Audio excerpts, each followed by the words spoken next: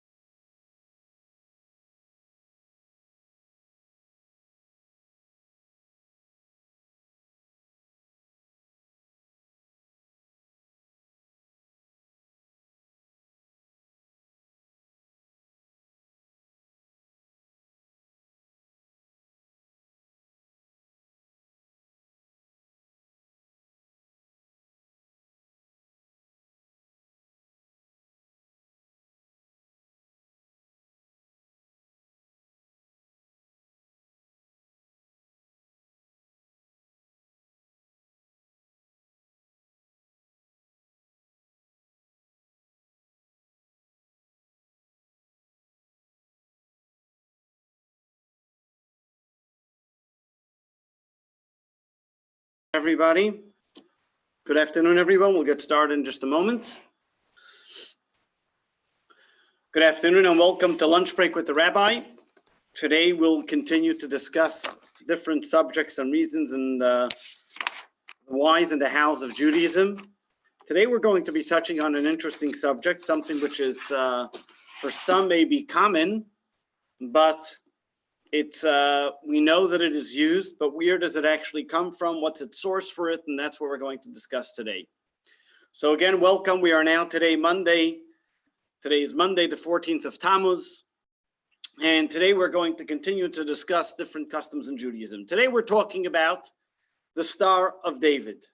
I'm sure you're all familiar with the hexagram, and one of the very well-known icons, we call it icons of Judaism, where you see a six-shaped star.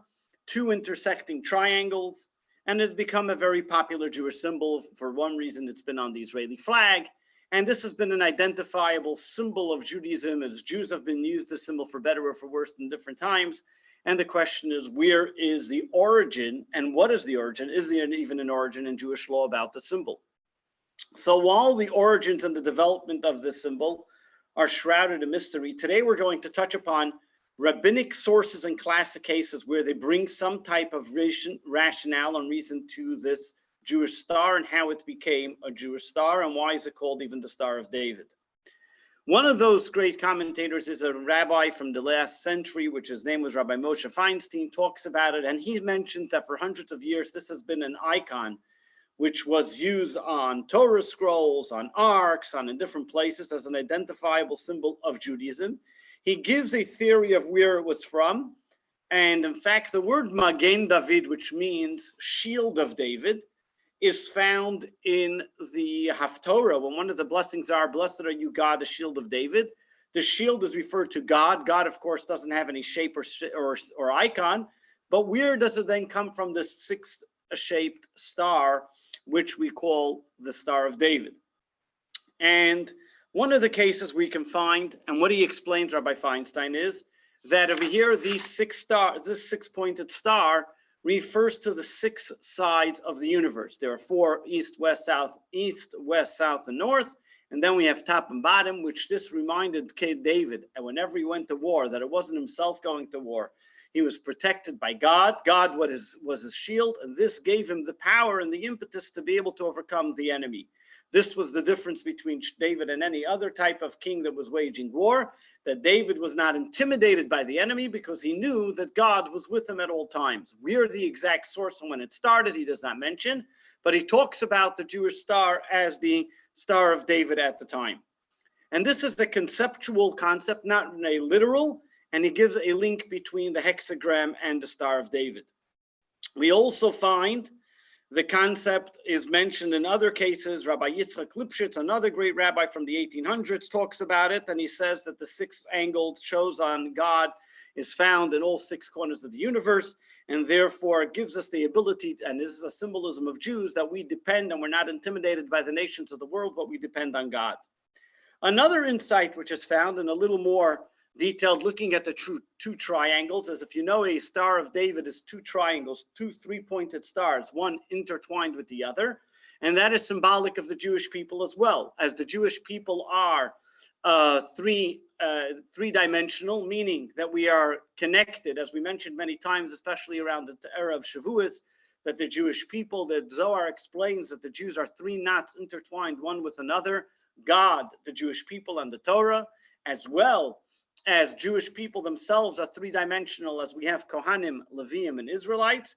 So too the Torah has in it also three parts: the revealed part of the Torah, which is made up of the written law and the oral law, and as well as the esoteric teachings of the Torah, which is three-dimensioned as well. So three intertwined with three makes the Star of David as well, which just shows that the unification of the Jewish people, what is the shield of the Jewish people? What is the protector of the Jewish people? The fact that we come together, Kohanim, Leviim, and Israelites, regardless of our statute, we all are intertwined with one another, as well as we are bound and intertwined with the Torah, every level of the Torah, the revealed part of the Torah, which is the written and oral law, as well as the esoteric law together.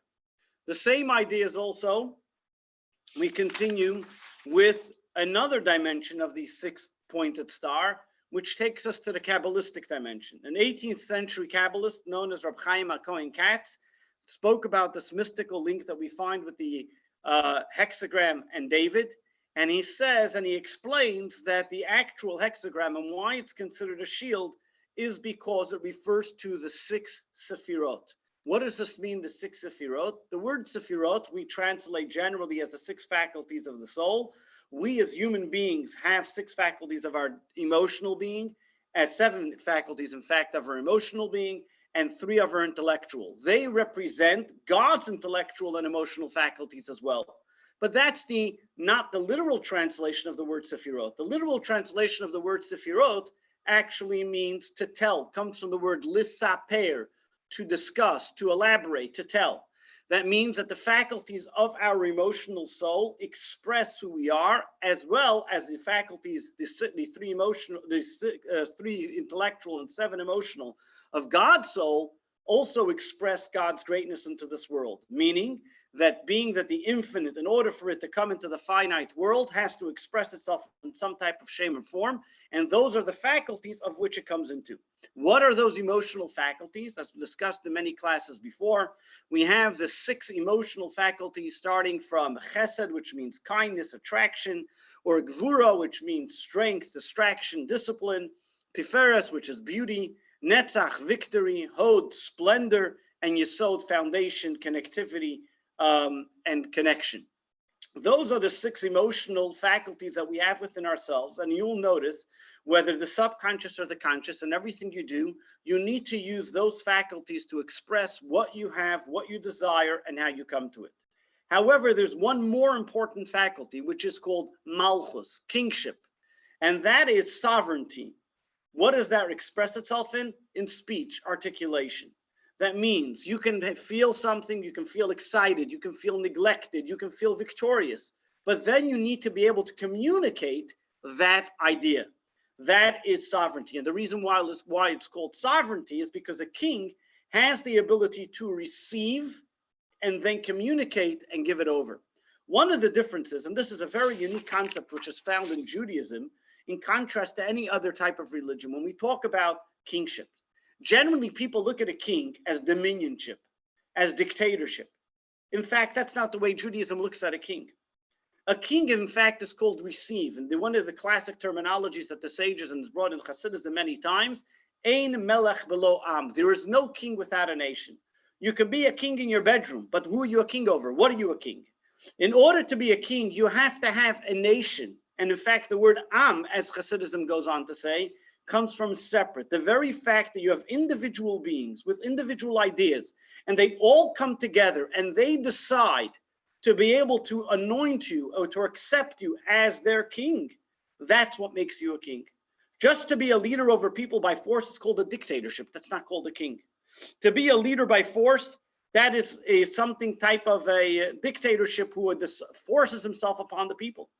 A king accepts the rulership from the people, that they decide to be subservient to the king and follow his rules and instructions. And in turn, he then reciprocates by being responsible, whether it's waging war or giving them infrastructure, all the things that they need.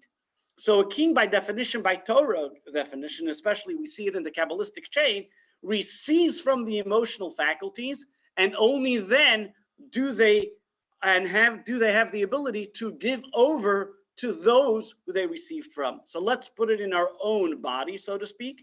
The king, which is sovereignty, the lowest level, receives from the emotions, from kindness, distraction, neglect, and whatever it may be.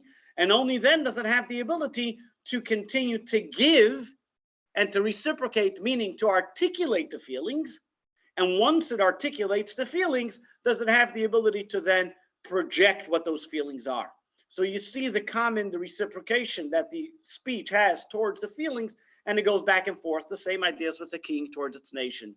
The nation gives taxes to the king. In turn, the king serves the nation by being their leader, waging war for them, giving them infrastructure, and giving them what they need.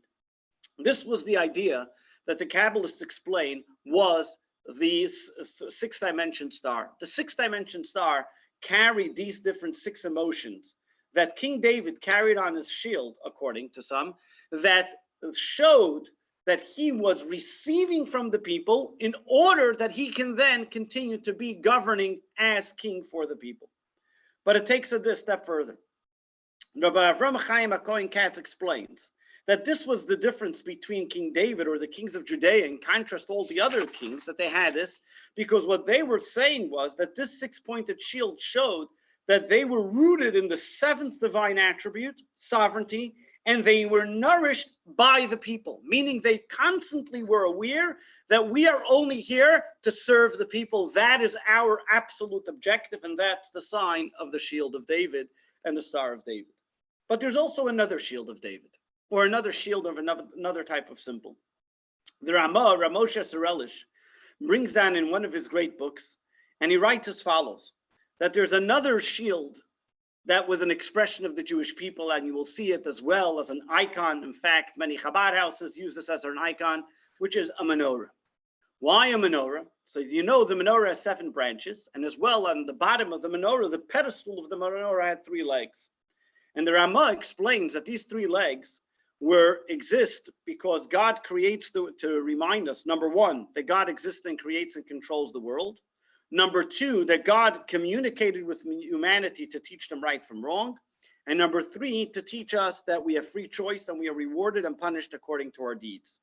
He continues then to explain every detail of the menorah. As you know, the menorah in the Holy Temple had buttons and flowers and branches and cups, and each one of those numbers symbolized to another book in the Torah, another esoteric meaning in the Kabbalah. And he explains that the menorah in itself is this dimension of the Jewish people, which represents the faith that the Jewish people have. You know, they're talking about faith. And especially in today's time, everybody likes to worry, and there's some people that exacerbate the worrying. So there was once this guy that was this terrible worrier, always was worrying. Finally, one day he came home and he told his wife, that's it, I don't have to worry anymore.